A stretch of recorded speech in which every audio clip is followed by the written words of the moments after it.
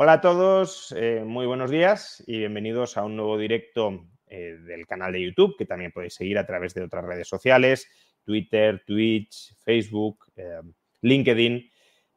También, una vez ya el directo esté subido, lo podréis seguir a través de las distintas plataformas de podcast en formato audio.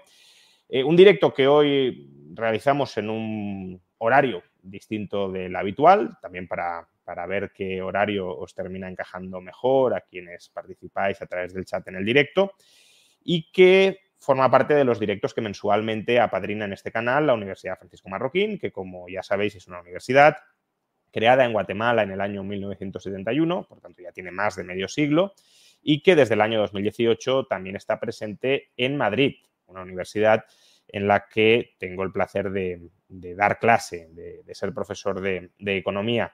Y justamente esa universidad ahora mismo también tiene abiertas el periodo de inscripción en varios másters, pero quería mencionar brevemente dos de ellos que organiza conjuntamente con la Universidad de Tulane. Uno es el máster en Management y el otro es el máster en Finanzas. Si os interesa, pues, cursar un máster en Management u otro en Finanzas con dos entidades, Universidad Francisco Marroquín, con sede en Madrid, y la Universidad de Tulane, que además, bueno, pues, podréis observar que tienen programas incluso de intercambio para quienes quieran estar presencialmente durante una temporada en la Universidad de Tulane. Pues tenéis toda la información sobre estos másters en el enlace que aparece en la caja de descripción de este vídeo y también posteriormente como comentario destacado.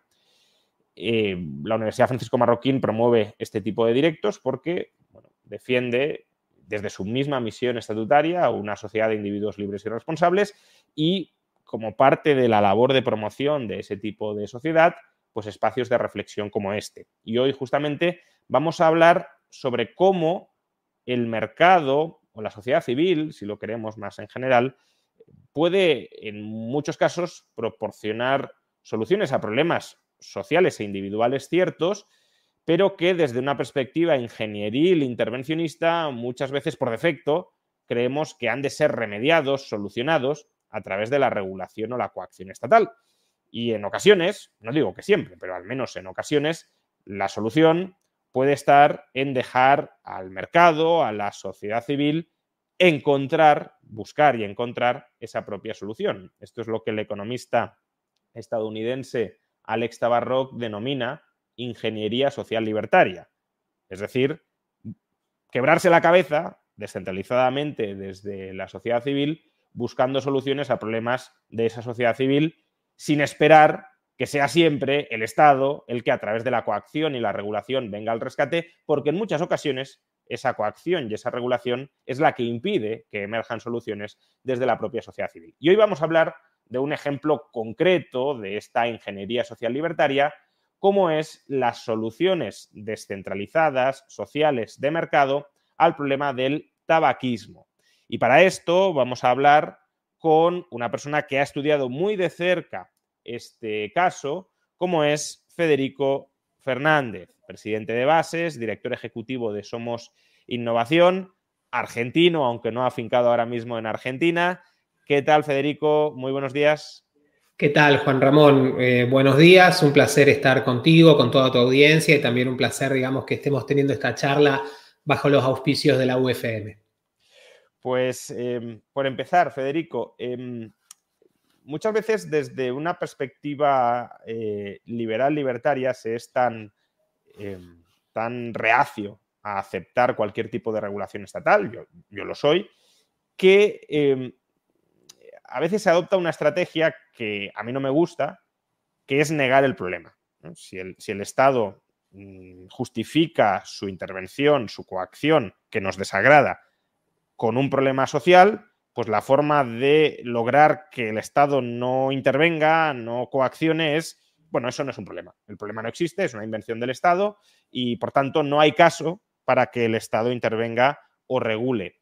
Cuando, a lo mejor, la estrategia que a mí más me gusta es decir, bueno, el problema puede existir. No digo que todo problema que detecte el Estado exista, pero el problema puede existir, pero busquemos otra solución que no sea la coacción estatal. Y esa estrategia de del avestruz, digámoslo así, de colocar la cabeza debajo de la tierra y no querer ver lo que sucede, también ha ocurrido, incluso yo mismo en alguna ocasión en el pasado fui tentado a caer en ella, con respecto al tabaquismo, es decir, negar que el tabaquismo sea un problema individual y social. Pero por centrar ya de entrada la cuestión, ¿en qué sentido dirías que el tabaquismo, antes de meter o no meter al Estado en todo esto, ¿en qué sentido dirías que el tabaquismo es un problema tanto para el fumador como para el entorno de la sociedad que lo rodea? A ver, Juan Ramón, mirá, a ver, como vos imaginás, nosotros esta cuestión no la estamos viendo desde un marco prohibicionista, pero digamos, en el año 2024 que estamos conversando, es innegable que el tabaquismo es un problema, digamos, es quizás el problema de salud pública, podríamos decir, salud pública entendido, digamos, salud que digamos, cuando tomamos a la sociedad como objeto. No sanidad pública ni planificación estatal Exactamente, de o la sea, salud, sino digamos, el en estado, cuestiones sociales de salud el es el estado de problema más salubridad, grande. el estado de salubridad de la sociedad, digamos. Exactamente, es probablemente el problema más grande que enfrentamos. Yo diría que Mata, diría junto con la obesidad, que es otro gran problema, pero sí el tabaquismo, que además se realimenta negativamente, pero sí el tabaquismo desde luego es uno de los grandes problemas. Perdona que te corte, Federico. mata 8 millones de personas al año en todo el mundo. Hay 1.300 millones de fumadores alrededor del mundo, muchos de ellos en países en vías de desarrollo, lo que además, digamos, los castiga aún más porque están en lugares donde los sistemas de salud no son los mejores, la atención tampoco, pero para poner también las cosas en claro, en Europa la situación no es para festejar con algunas excepciones, ya que aproximadamente 23% de la población adulta europea sigue fumando. O sea, entonces no estamos hablando de un problema menor, es un problema que quita años de vida. Hace poco nosotros hicimos un documental, después podemos comentarlo, pero uno de los médicos que entrevistamos para el documental, él dice, por supuesto es una cuestión anecdótica, pero me parece que pone muy claro cuál es la situación. Él dice, en mi larguísima trayectoria, él se dedica a la medicina clínica, o sea, atiende pacientes todo el tiempo. En mi larguísima trayectoria, solo conocí 2 o 3 pacientes de más de 80 años que eran fumadores y que no estaban, digamos, básicamente destruidos. Y, digamos, y el milagro fue encontrar fumadores empedernidos que lleguen a los 80 años. Entonces, estamos hablando de un problema, digamos, de salud que es muy, muy grave. A eso también hay que agregársele, que yo sé que es un poco más polémico, pero el tema del humo de segunda mano, que también, digamos, hay, digamos, estudios para todos los gustos, pero claramente es una cuestión también a tener en cuenta. Entonces, a ver, sí, es un problema de salud grande. Si me permites, Federico, sobre esto último, en economía es lo que llamaríamos el humo de segunda mano una externalidad negativa, que puede ser más o menos grave si esos fumadores pasivos también ven quebrantada su salud. Yo ahí no me meto porque no soy médico y, como dices, hay estudios para todos los gustos, probablemente, tampoco he hecho un estudio del caso, pero bueno, aun cuando no afectara a la salud, sí es cierto que hay mucha gente a la que le molesta, aunque solo sea por olor, por estar cerca del humo de fumadores y, por tanto, la externalidad negativa mucho menos grave es que sí afectará a la salud, pero la externalidad negativa en cualquier caso está ahí. Así es, sí. Entonces, digamos, estamos hablando de un problema de salud serio que quita años de vida a miles a millones de personas todos los años. Esa es la situación, además con un costo muy alto para los sistemas de salud, o sea, digamos, con la cantidad de enfermedades que genera. Esta no es una cuestión, digamos, menor.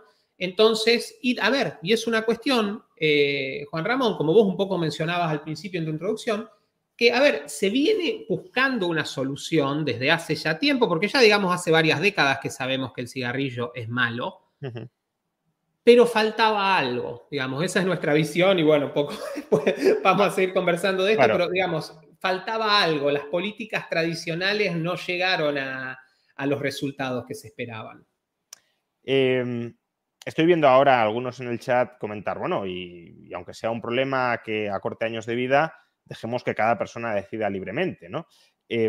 Lo cual liga con lo que tú has dicho, que no habéis afrontado la reflexión de este problema desde una perspectiva prohibicionista, sino planteémoslo de otra manera, ¿no? Si consumir tabaco resta años de vida, hay formas en las que la persona pueda quizás seguir consumiendo algo parecido al tabaco y que no le quiten años de vida, porque en ese caso estamos reduciendo la disyuntiva, ¿no? Estamos reduciendo el coste. Pero antes de dar el salto ahí a las innovaciones que a vuestro juicio han llegado para solucionar desde el mercado de manera quizá definitiva el problema del tabaquismo, el problema social, individual y social del tabaquismo, reflexionemos o analicemos previamente cómo el Estado tradicionalmente ha enfocado esta cuestión. Es decir, el Estado ha ido, yo creo que de una manera un tanto esquizofrénica, porque por un lado persigue regulatoriamente el tabaco, le va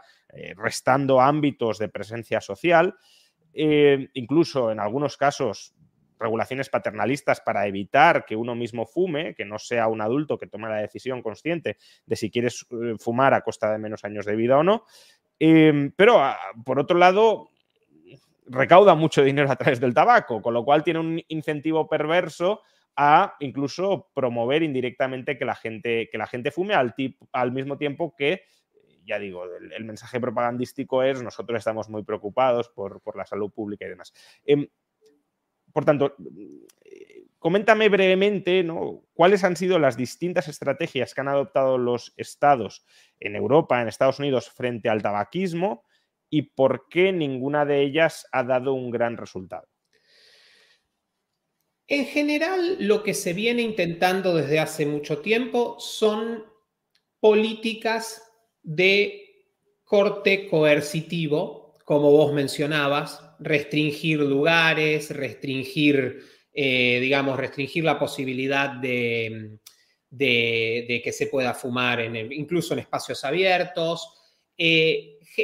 Incluso yo creo que cada vez más, y esto me parece muy perverso, de casi demonizar al fumador. O sea, el fumador es un paria, uno pasa una noche que hace mucho frío, uno camina en la zona donde están los bares y ve gente, digamos, afuera del bar muriéndose de frío, tratando de fumar y bueno, digamos, en general las políticas han sido de corte coercitivo. También se han intentado políticas de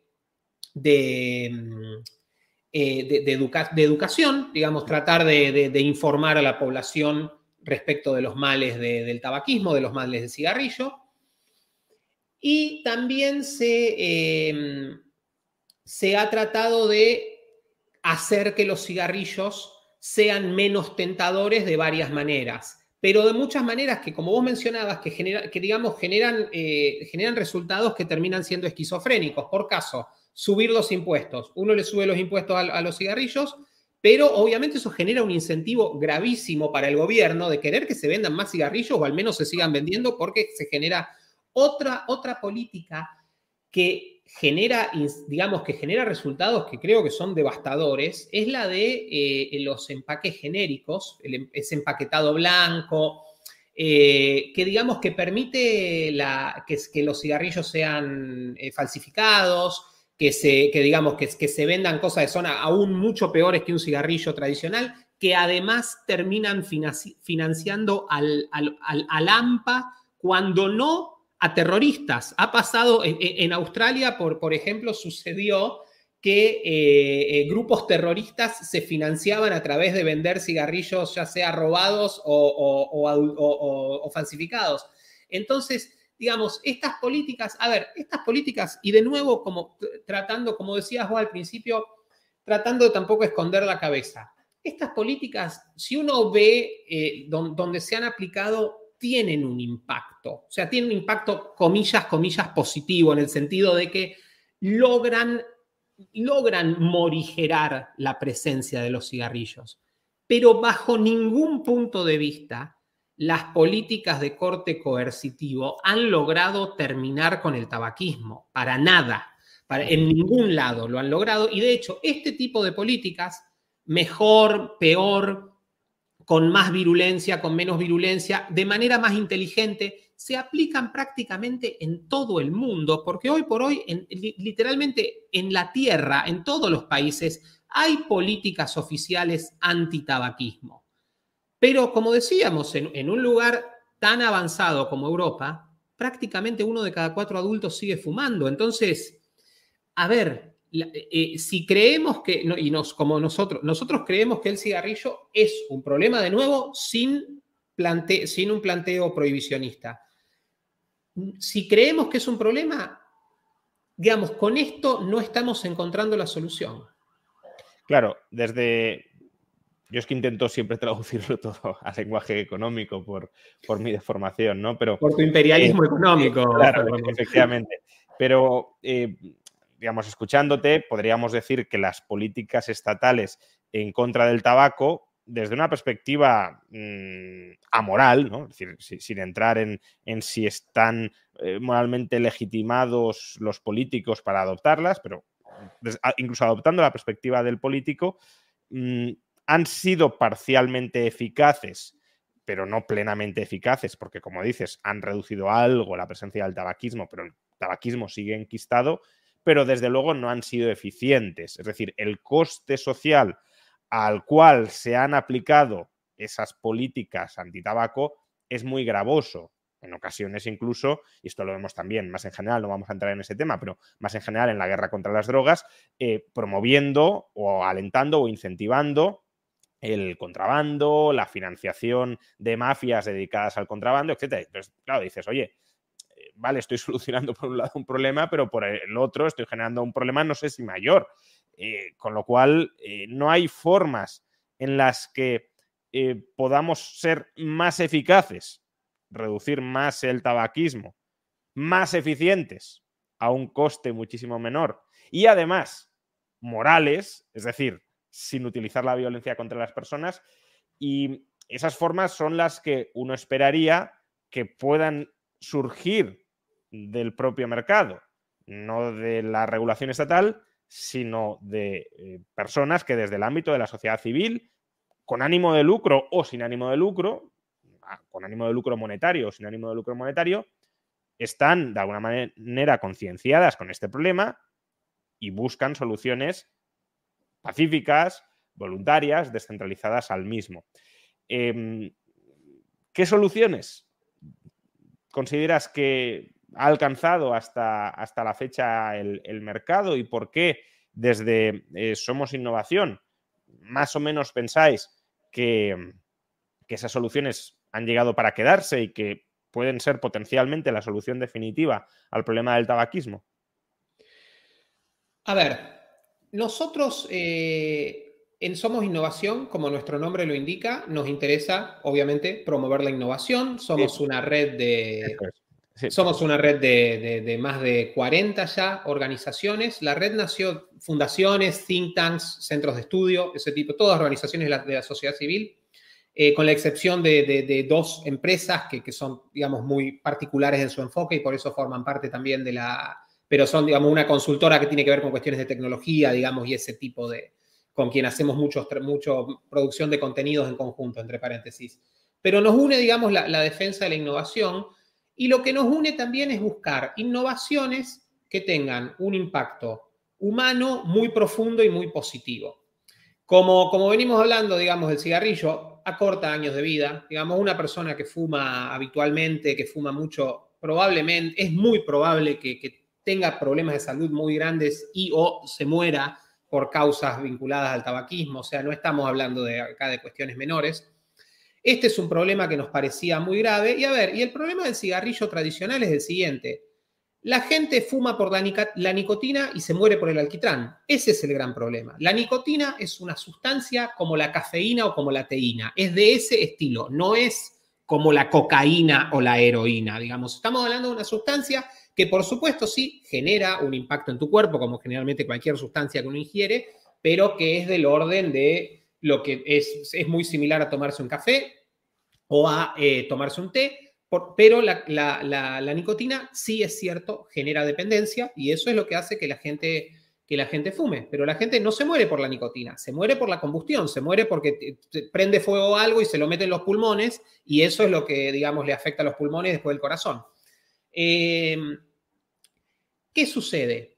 Suecia es un país que ya desde hace tiempo, pero en los últimos 20 años en particular, ha habido digamos, un avance muy, muy grande de productos innovadores de nicotina que justamente son productos que no tienen combustión. Y Suecia ya tiene una tradición, porque Suecia, digamos, son los inventores hace más de 200 años de un producto que se llama snus, que es como un tabaco escabechado, podríamos decir, que se consume poniéndoselo entre la encía y el labio y, digamos, te libera nicotina.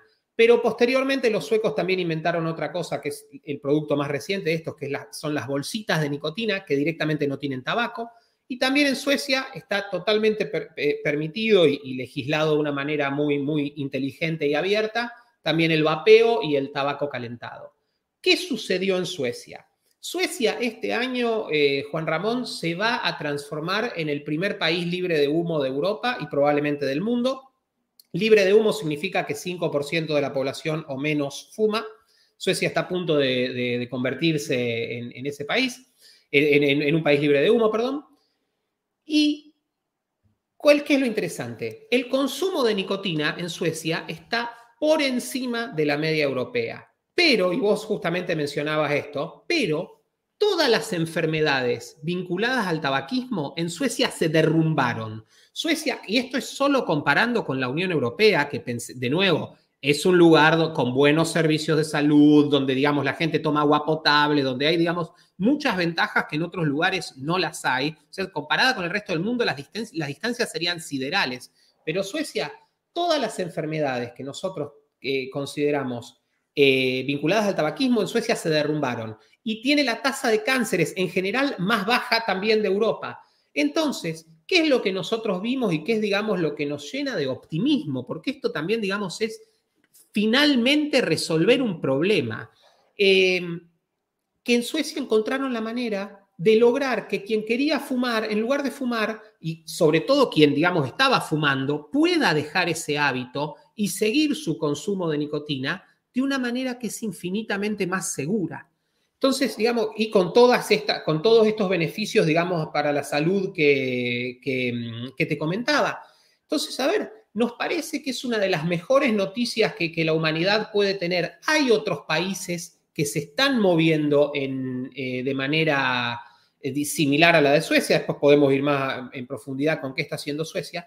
Pero esta, digamos, un poco la buena nueva. Y en una época que estamos tan bombardeados de malas noticias, me parece que estar a las puertas de la eliminación del tabaquismo gracias a la innovación y de salvar más de 1.000 millones de vidas este siglo, es una de las mejores noticias que la humanidad jamás ha tenido. Y estamos hablando que chicos y chicas no se queden sin padres y sin madres, que gente pueda desarrollar todo el potencial de su vida y que ese potencial no sea detenido, ya sea por enfermedades gravísimas o por muertes prematuras.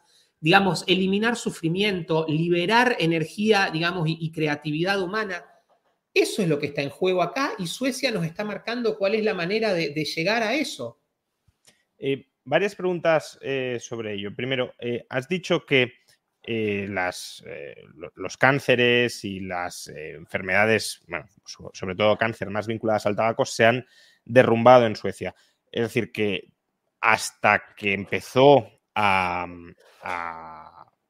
hasta que los suecos empezaron a utilizar alternativas al tabaco, las tasas de cáncer eran similares a las del resto de Europa. No es que en Suecia, por otros motivos, fueran más bajas y, por tanto, no haya habido un cambio de tendencia, sino que conforme se ha ido saliendo del tabaquismo, se han derrumbado todas esas tasas. Eso es lo primero. Así es. Y lo segundo, por volver a aclararlo, porque se sigue sumando gente al directo y a lo mejor no han escuchado la primera parte y... claro, has dicho, Suecia se va a convertir en el primer país libre de humos.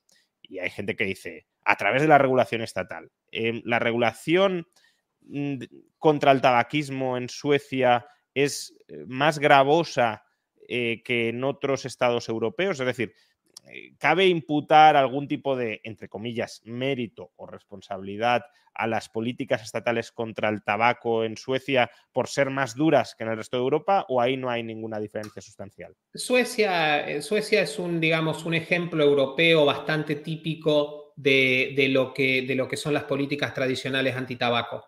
Y digamos, son las políticas de Suecia antitabaco, digamos, Suecia es un buen alumno de lo que sugiere la Unión Europea, de lo que sugiere la Organización Mundial de la Salud, como muchos otros países en Europa y en el resto del mundo. En Suecia, Juan Ramón, si estuviéramos armando digamos, la resolución de este problema la podríamos ver un poco como armar un rompecabezas, como armar un puzzle. Y, digamos, la ficha que faltaba, porque, digamos, buenos alumnos como Suecia alrededor del mundo de las políticas antitabaquismo tradicionales, hay muchos. Pero países libres de humo no hay ninguno. Podemos hacer una excepción después, si querés, para reírte un poco de cuál es el país libre de humo para la Organización Mundial de la Salud, pero que no es Suecia, pero que eso es para reírse mejor, porque para no llorar es para reírse. Pero, digamos, no hay ninguna Suecia. Y en Suecia lo que encontramos es, históricamente, una aceptación de productos alternativos de nicotina y una aceleración de la innovación muy grande en los últimos 20 años. Y digamos que Suecia además cumple digamos, los cánones de lo que es un cambio exponencial, digamos, que lo podemos ver. O sea, en Suecia es muy interesante. En Suecia, yo te decía, en Suecia existía este producto snus, existe hace mucho tiempo. El snus es un producto bastante desagradable. Es como te decía, es como un tabaco escabechado, parece barro, huele mal, es feo. La gente se lo ponía, te chorreaba los labios, o sea, viste, no, imagínate, vos no podrías estar hablando, porque, o sea, digamos, parecería que no tenés dientes, además manchaba las manos, o sea, viste, era un producto, digamos, muy feo, no saludable, pero muy feo. ¿Qué pasa? ¿Por qué te decía esto de los cambios exponenciales? Que los cambios exponenciales siempre tienen orígenes muy humildes y la exponencialidad opera de esa manera, por eso para nosotros, para nuestros cerebros, es muy difícil de comprender muchas veces.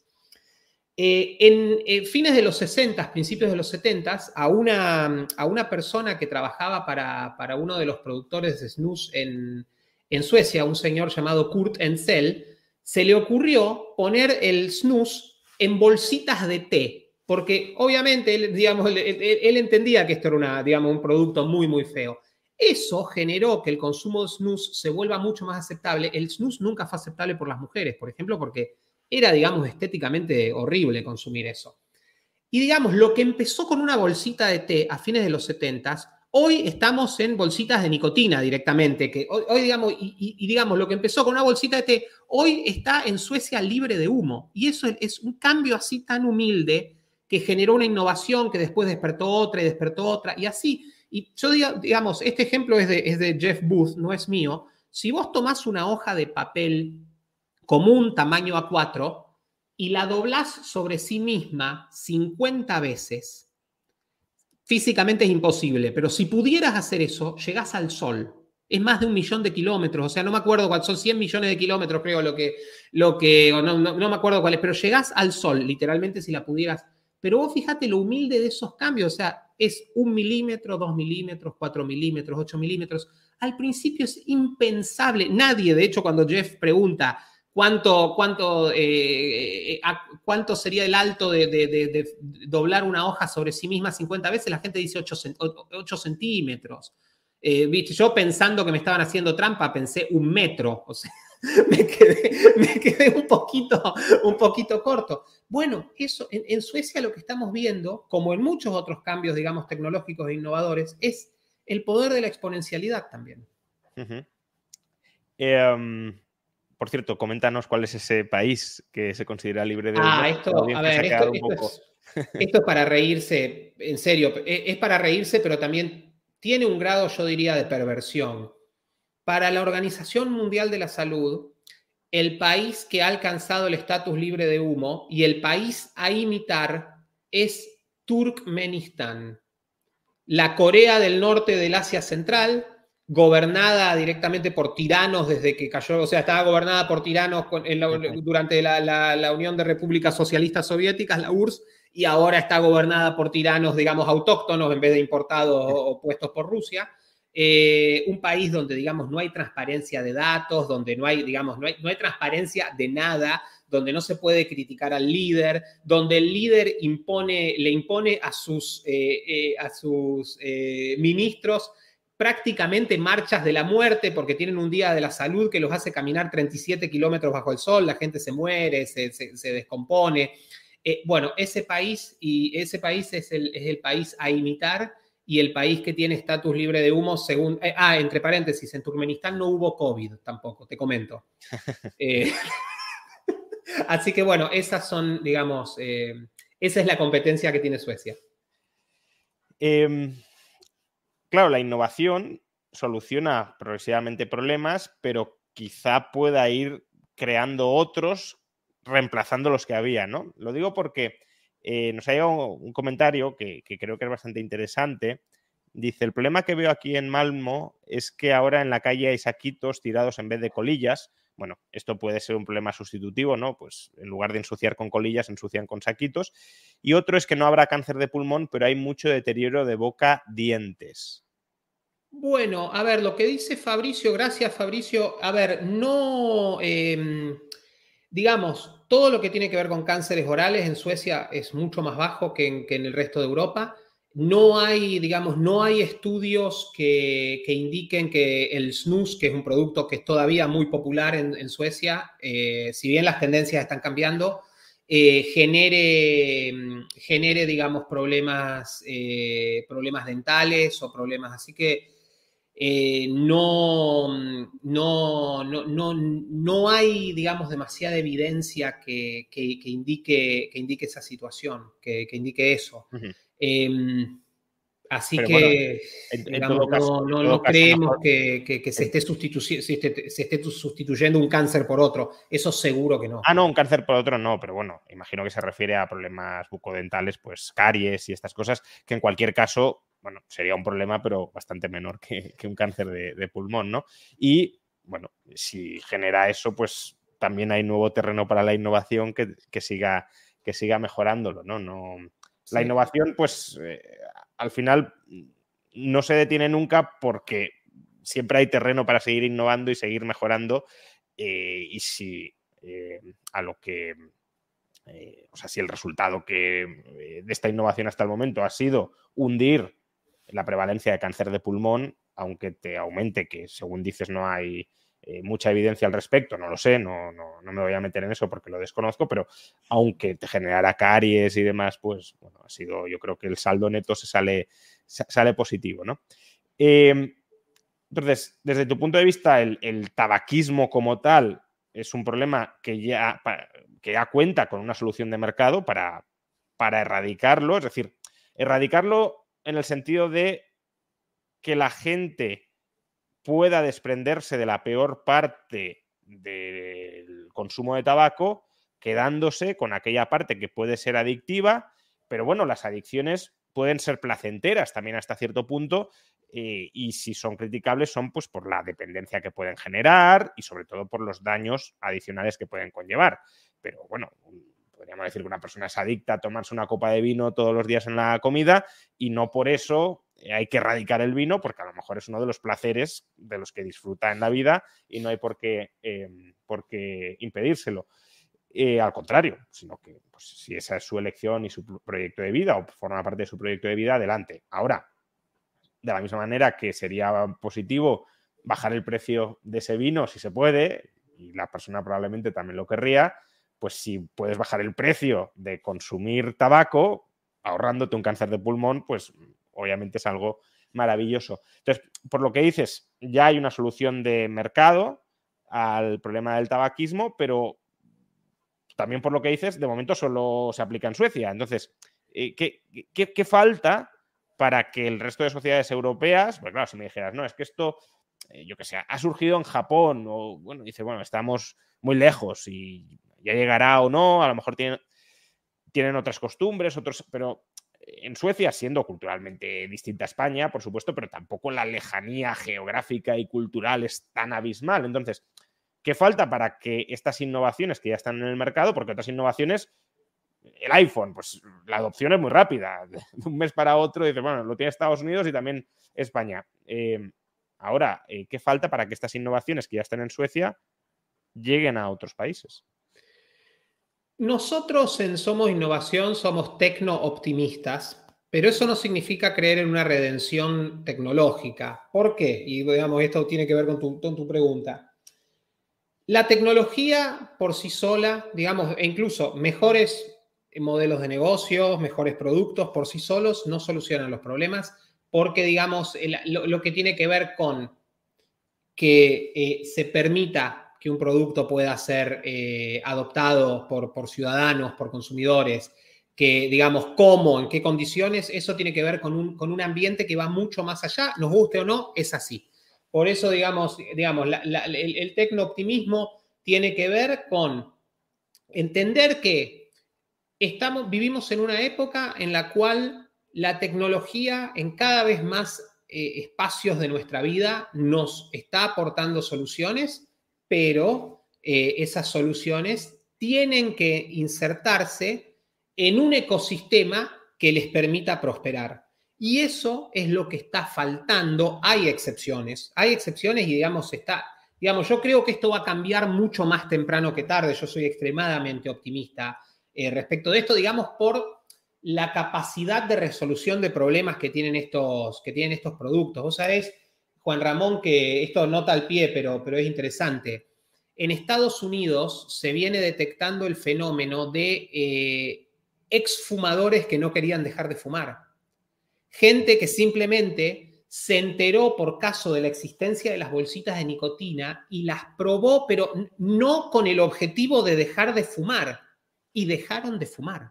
O sea, el poder, digamos, esto es un poco, digamos, como los primeros años de Uber respecto de lo que era la industria del taxi. O sea, es un cambio tan grande que, digamos, no, por favor, esto no, de nuevo, no es redención tecnológica, no es que por sí solo se van a solucionar nuestros problemas, pero a mí me da la sensación, ¿pero qué es lo que está faltando? Estos productos se mueven en general en selvas regulatorias, siendo generosos.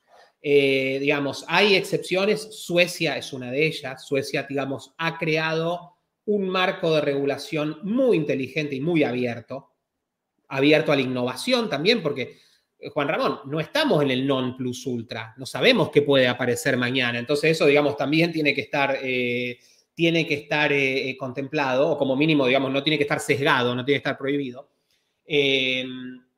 Pero, digamos, en muchos países hay excepciones en la propia Europa, Suecia es una de ellas, el Reino Unido es otra. En Estados Unidos, con distintos matices, digamos, como mínimo se está permitiendo que los productos estén en el mercado, pero una cuestión clave que falta en muchos países es la siguiente. El rol de los políticos y los tomadores de decisión en cuestiones de innovación va mucho más allá. Por supuesto, a ver si mañana prohíben o regulan hasta básicamente, digamos, destruir lo que es un producto o servicio o modelo de negocio innovador. Obviamente ahí está claro cuál es el poder que tienen. Pero también los políticos, tomadores de decisiones en general, y con esto también instituciones de salud pública, tienen un rol, digamos, simbólico muy importante y sus palabras hacen mucho por, digamos, generar un clima propenso a la innovación o un clima hostil y de miedo. Y esto incluso está estudiado. Steven Izell, que es alguien que de hecho por la innovación hace mucho desde Estados Unidos, ha estudiado y él una de las diferencias más grandes que atribuye entre los ecosistemas de innovación de Estados Unidos y Europa, particularmente la Unión Europea, tiene que ver con esto. En Europa en general, digamos, es un poco la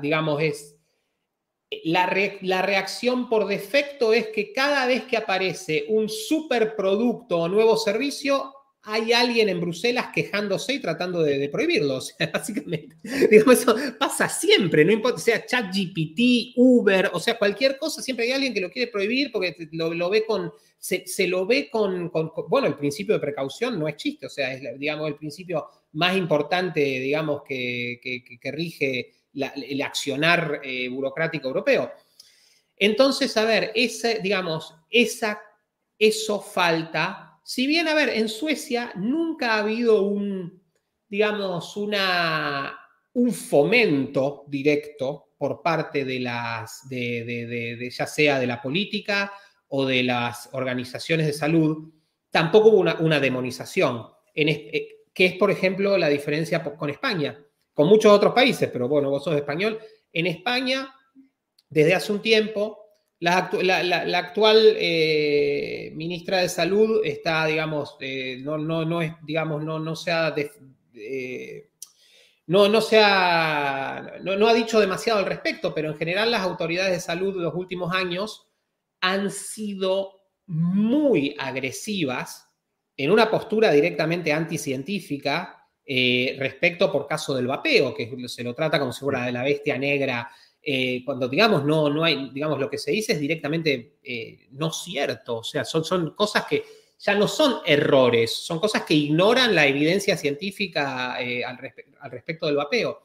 Entonces, falta en muchos países, obviamente faltan avances regulatorios, digamos, para liberar, para generar más apertura, para permitir que los innovadores hagan lo que mejor hacen, pero también falta esa parte de no generar pánico social, de que los políticos también aporten hacia un clima que permita, digamos, que sobre todo, digamos, quien nosotros tenemos en la cabeza cuando hablamos de este tema es quien actualmente fuma. Que quien actualmente fuma no esté aterrorizado o no crea, ¿para qué me voy a pasar una fotocopia cuando, digamos, que es supuestamente igual de nociva que lo que estoy consumiendo? Cuando eso es un error gravísimo.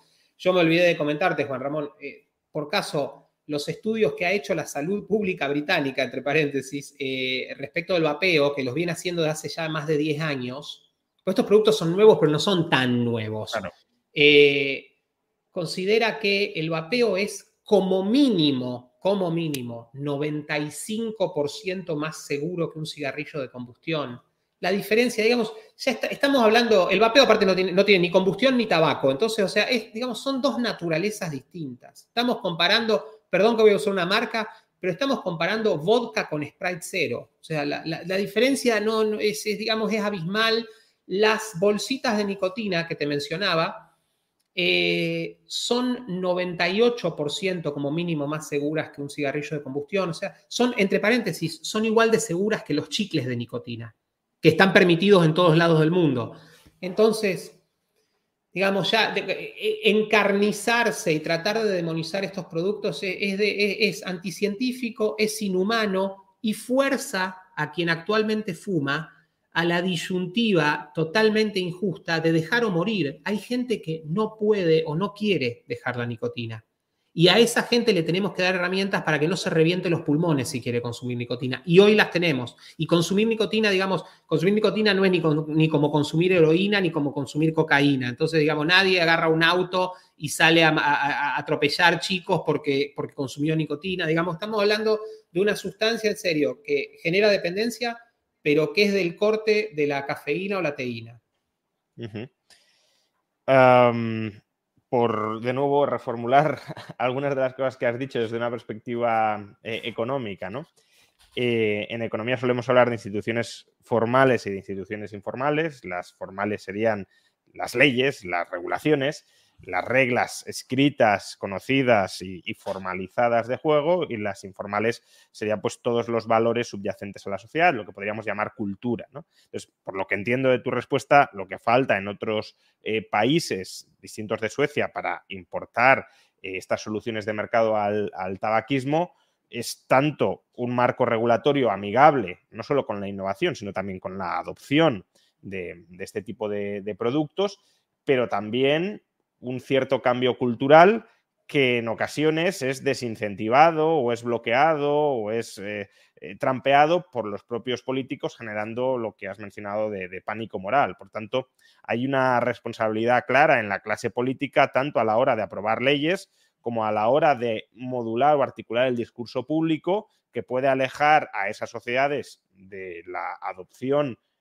temprana, rápida, de soluciones que ya existen al tabaquismo y, por tanto, si su objetivo real, que eso siempre, por lo que hemos mencionado antes, hay que dudarlo o hay que al menos mostrarse escépticos, si el objetivo real de las políticas públicas es acabar con el tabaquismo y no fomentarlo para recaudar más, pues el tipo de políticas que se están aplicando hasta el momento, dado el nuevo contexto innovador, tecnológico de mercado, es una orientación muy desnortada para alcanzar ese fin.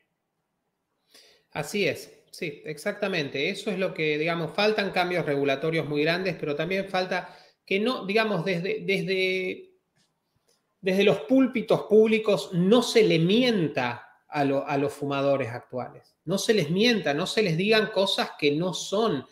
En España hace poco alguien, creo, vinculado al Ministerio de Salud, publicó una imagen en redes sociales como si fuera un anuncio de un aparato para vapear que decía sabor a cáncer. El vapeo no genera cáncer, o sea, no, digamos, no, eso, digamos, y que eso salga desde organismos de salud pública es un doble, digamos, masazo hacia la innovación. Y esto también, a ver, yendo un poquito más allá del vapeo. Aunque lo generara, que yo de nuevo no tengo ni idea de estos temas y no me voy a meter, pero aunque lo generara, aún generándolo, si redujera muchísimo la probabilidad de contraer un cáncer con respecto al tabaco, sería una solución preferible a promover o al menos a no desincentivar, a no demonizar frente al cigarrillo, porque estás obteniendo, o sea, si bajas un 90% o un 95%, como nos decías, el riesgo, en este caso sería de contraer cáncer, pues bueno, aunque subsista un cierto riesgo... No, te digo una cosa, no es el riesgo, no es 95% el riesgo de contraer cáncer. Son prejuicios, sí, pero digo, aunque fuera 95% del riesgo de contraer cáncer, bueno, es que, vamos a ver, no vamos solo a quedarnos con aquello que sea absolutamente perfecto, sino que si es una mejora, además muy sustancial, en la salud pública, pues abrázalo o al menos no lo persigas o no lo criminalices. Exacto. Digamos, el punto es este, o sea, si reconocemos que fumar es un problema, es algo que le hace mal a la gente, bueno, estamos a las puertas de solucionar ese problema. Y esta, a ver, es una solución muy análoga, volviendo a otras cuestiones de innovación. Digamos, es Beyond Meat e Impossible Burger. O sea, es eso, mirá, se hicieron, digamos, muchos gobiernos, incluso muchos gobiernos han hablado en contra de la carne, mucha gente ha hecho cruzadas casi puritanas en contra de la carne, pero la verdad, nadie ha hecho más para que la gente deje de comer carne si es algo que desea o trata de hacer, que generarle un producto que, digamos, sea gustoso y que genere prácticamente el mismo placer que genera comer carne, pero de una manera que sea, digamos, pero basado en plantas. Digamos, es lo mismo. Digamos, de nuevo, queremos hacer cambios digamos, en la cuestión de energía, ahorro de energía. Nada hace más por eso que generar que los aparatos que usamos para tomar luz solar sean más baratos, eso es súper importante, y generar, digamos, baterías que permitan guardar la energía durante mucho tiempo. Eso va a hacer más que cualquier campaña de concientización, que cualquier cruzada puritana en contra de no sé qué, con la energía. Digamos, esas son las soluciones. A ver, no son soluciones si queremos que tienen que ver ni con la coerción, ni con digamos, ni con postularle a la gente algo y obligarla, pero son soluciones. Justamente por eso son soluciones y por eso nos arreglan los problemas. Entonces, acá estamos ante, digamos, terminar con el tabaquismo como lo conocíamos y hacer que todas las enfermedades vinculadas al tabaquismo prácticamente desaparezcan o se derrumben. Digamos, ¿qué es lo polémico respecto de esto? Yo aún no lo entiendo. Muy bien, pues yo creo que ha quedado muy claro el tema que nos ocupa, un tema que habéis estudiado desde Somos Innovación. No sé si nos quieres contar algo más sobre esta red, porque hemos ilustrado los beneficios potenciales de la innovación de cara a ampliar las libertades, mejorando el bienestar de los ciudadanos con el caso del tabaquismo, pero seguro que también tenéis en el radar otros ejemplos y el tipo de políticas públicas que promovéis desde esa red justamente para que emerjan más ejemplos, ¿no? Así es, sí. A ver, te agradezco. Bueno, primero todos los que estén interesados nos pueden encontrar en somosinnovación.global y en las redes sociales estamos en todas las, digamos, las más conocidas. Sí, nosotros, a ver, esta es una parte de nuestro trabajo. Como te decía, nosotros intentamos focalizarnos en innovaciones que obviamente tengan ese carácter, que sean cuestiones innovadoras, pero también que sean cosas que la gente siente en su vida diaria y que nota que les mejoran la vida, que les dan más oportunidades, que les permite acceder a mejores productos, a mejores servicios. La innovación, como vos sabes, es un campo muy amplio, perdón. Entonces, cuando nosotros comenzamos la red, que la red, como te decía, nació en Latinoamérica, pero después se ha expandido, ya estamos presentes en Estados Unidos, estamos presentes prácticamente en todas las Américas, en Europa, en África y en Asia. Y este año estamos abocados a aumentar nuestra presencia tanto en Europa como en Asia. Desde ese punto de vista elegimos, digamos, a la hora de empezar la red, elegimos 4 o 5 temas. Uno tenía que ver con porque lo veíamos como una gran solución innovadora, un problema de salud pública. También nos interesan cuestiones que tienen que ver con cripto y con tecnología financiera, con fintech. En Latinoamérica, por ejemplo, hay 40% de los adultos que no tienen una cuenta bancaria, digamos, con todos los problemas de marginalización que eso genera. Entonces, digamos que poder acceder a una cuenta bancaria a través de tu teléfono celular es un gran paso adelante. Bueno, digamos, eso se está logrando de a poco en América Latina. Por supuesto, en muchos países, como en Argentina, todas estas cosas se trataron de prohibir. Entonces, hablando, bueno, otro gran satán, digamos, todo lo que tiene que ver con la economía colaborativa, o sharing economy, o gig economy. Esa es, digamos, otra área que a nosotros siempre nos pareció súper interesante por las posibilidades que le da a la gente joven, a mujeres, digamos, a inmigrantes. Entonces, digamos, nos pareció fantástica. Nos interesan temas que tienen que ver con el gobierno digital. Creemos que es una cuestión que se viene, que eso va a suceder. Y la clave es cómo sucede. Si sucede como sucedió en Estonia, donde se pone al ciudadano en el centro, se lo trata como un cliente en el mejor sentido de la palabra, no en el sentido del clientelismo, y se utilizan las herramientas de digitalización para reducir drásticamente la burocracia, para no pedirle 2 veces por caso, como se hace en Estonia, la misma certificación a un ciudadano nunca, y para, digamos, hacerle la vida más fácil, o se utilizan las herramientas de digitalización como se hace, digamos, para ir al otro extremo, como se hace en China, para, digamos, tratar de esclavizar a la gente. Digamos, la tecnología siempre ha tenido esta cuestión de espada de doble filo, y bueno, nosotros queremos ser una voz importante en, digamos, llevar el debate hacia que la digitalización de las administraciones públicas le den más transparencia a las acciones del gobierno, más privacidad a los ciudadanos y se pongan al ciudadano en el centro, digamos, de la cuestión para hacerle la vida más fácil, no para perseguirlo, no para fiscalizarlo, no para ponerle una lupa. Y a ver, digamos, otra cuestión súper importante para nosotros este año, que está focalizada en principio en Argentina, pero la estamos pensando para otros países también, es la idea de la reforma fiscal basada en el impuesto plano flat tax. Consideramos que digamos, generar un sistema de impuestos que sea pro crecimiento y pro innovación es fundamental. Y de nuevo, acá también estamos súper inspirados por el ejemplo de Estonia.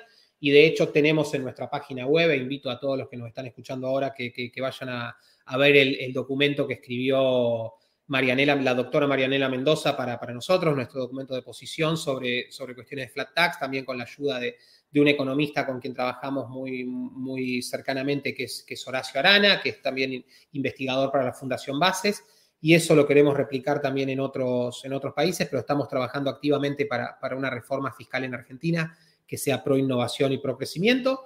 Y también a punto de sacar un documento sobre que nosotros tratamos de no ser críticos, pero en este caso era imposible no serlo, un documento sobre Central Bank Digital Currencies, de monedas digitales de bancos centrales, que creemos que verdaderamente son una amenaza, digamos, algo que viene directamente inspirado de lo que está tratando de hacer Xi Jinping en China. Y bueno, nos parece, digamos, que no, digamos, tecnológicamente no traen ninguna solución, no agregan nada, y las únicas ventajas, entre comillas, que traen son simplemente para hacerle la vida más difícil a los ciudadanos, así que las vemos con muchísima precaución y no creemos que sean ninguna solución a ningún problema real, todo lo contrario. Pues muchísimas gracias, Federico, por tu tiempo. Prácticamente una hora de entrevista sobre el tabaquismo y las soluciones de mercado al tabaquismo, y también ahora pues otras formas u otros ámbitos donde la innovación puede mejorar o empeorar según cómo se utilice la vida de la gente. Pues mucha suerte tanto para Bases como para Somos Innovación. No, gracias a vos, Juan Ramón, y un placer conversar contigo y muchísimas gracias por la invitación. Un fuerte abrazo. Y a todos los demás, pues muchas gracias por acompañarnos en este horario atípico para un directo, pero bueno, quizá haya más también en este horario en el futuro. Solo recordaros que es un directo apadrinado por la Universidad Francisco Marroquín y que ahora mismo la Universidad Francisco Marroquín tiene abiertos los plazos de inscripción para 2 másters que coorganiza junto con la Universidad de Tulane. Máster en Management y máster en Finanzas. Si queréis obtener más información sobre ellos, podéis obtenerla pinchando en el enlace que aparece en la caja de descripción del vídeo o que aparecerá como comentario destacado en este vídeo dentro del canal de YouTube. Muchas gracias a todos y nos vemos en otro directo antes de que concluya el mes de marzo. O sea que aún queda tiempo para algún directo más. Muchas gracias por acompañarnos a mediodía.